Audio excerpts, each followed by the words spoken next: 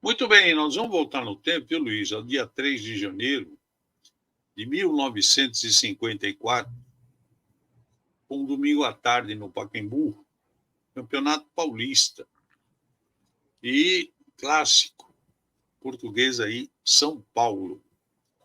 No apito, João Edson Filho. Pacaembu lotado, que proporcionou uma arrecadação de 460.795 cruzeiros. Anotem aí o time da Portuguesa: Lindolfo, Nene e Walter, Djalma Santos, Brandãozinho e Ceci, Julinho, Renato, Oswaldinho, Atis e Ortega, técnico Abel Picabea. O São Paulo, olha o time do São Paulo: Poi, Desorde e Mauro, dois campeões do mundo aqui.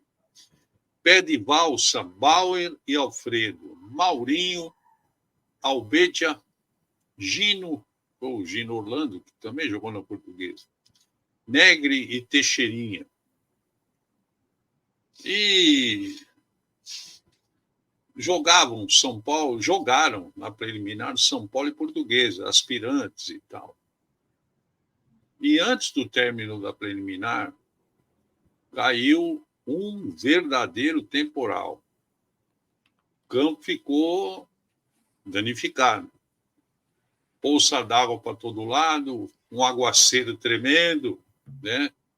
E a chuva foi muito forte na região do Pacaembu e as condições do gramado realmente ficaram prejudicadas para o clássico Português de São Paulo. Bom, a bola rolou no jogo, o árbitro entendeu que podia ter jogo, deu início ao jogo e a Portuguesa se adaptou melhor às condições do gramado. São Paulo tinha um time muito técnico, inclusive o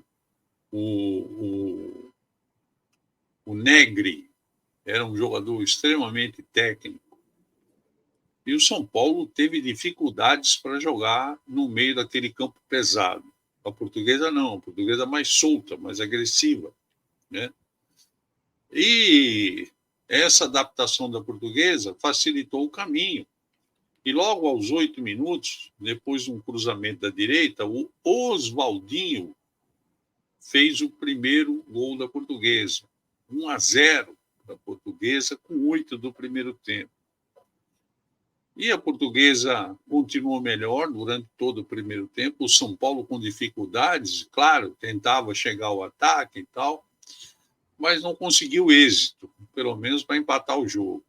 Primeiro tempo encerrado, Portuguesa 1-0. Veio o segundo tempo, o São Paulo lento, tentando jogar um futebol até certo ponto clássico, num terreno encharcado, pesado, e a Portuguesa, que tinha se adaptado bem ao terreno de jogo, bola comprida, jogo pelo alto, manteve a superioridade dentro do campo. O São Paulo ainda pressionou mais a Portuguesa no segundo tempo do que no primeiro, mas a defesa da Portuguesa esteve bem, rechaçando bola, aliviando o perigo da área rubro-verde. Final da história, mantido o placar do primeiro tempo. Portuguesa 1, São Paulo 0, vitória da Portuguesa. Dia seguinte, alguns jornais da capital criticaram duramente o time do São Paulo por não ter se adaptado às condições do gramado. E o argentino Negri, segundo a imprensa da época, foi um dos responsáveis pela derrota. Então você vê que esse radicalismo esportivo, crítico, duro, não é de hoje. Que a gente vê ou 8 ou 80, né? Ou o cara é bom, ou ele vai para o poste para a molecada malhar no sábado de aleluia. Então, o Negri pagou a conta da derrota diante da Portuguesa. O interessante é que você pegava as matérias da época e os elogios a quem se adaptou melhor, que foi a Portuguesa e jogou mais bola dentro daquilo que era possível, eram raros os elogios ao time da Portuguesa. E O consolo do São Paulo é que, na preliminar, o time tricolor ganhou da Portuguesa por 2-1. Falamos um pouco aí de 3 de janeiro de 54, Portuguesa 1, São Paulo 0, com muita chuva, muita água, vitória lusa. Tá aí. Na arquibancada, esperando pelo jogo, teve jogo, foi uma espera feliz. Tá aí, portanto, a edição de hoje do nosso Arquivo Rubro Verde.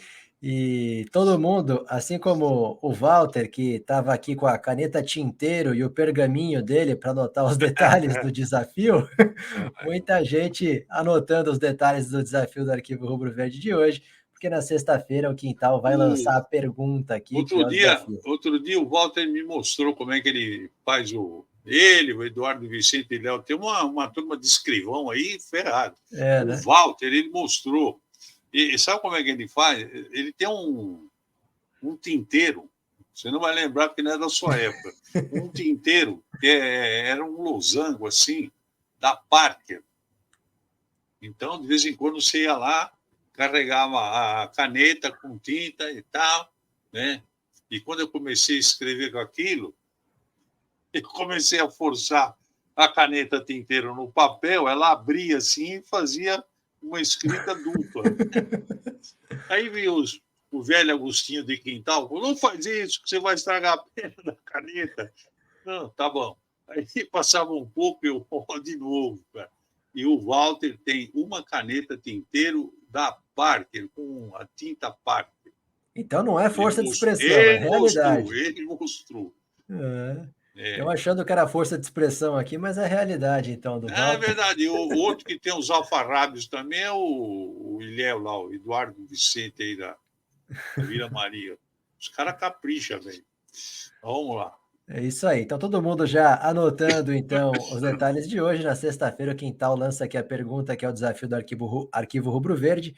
Para no fim de semana, todo mundo matutar, pensar e mandar o palpite de resposta para na segunda-feira concorrer aqui a garrafa de vinho português.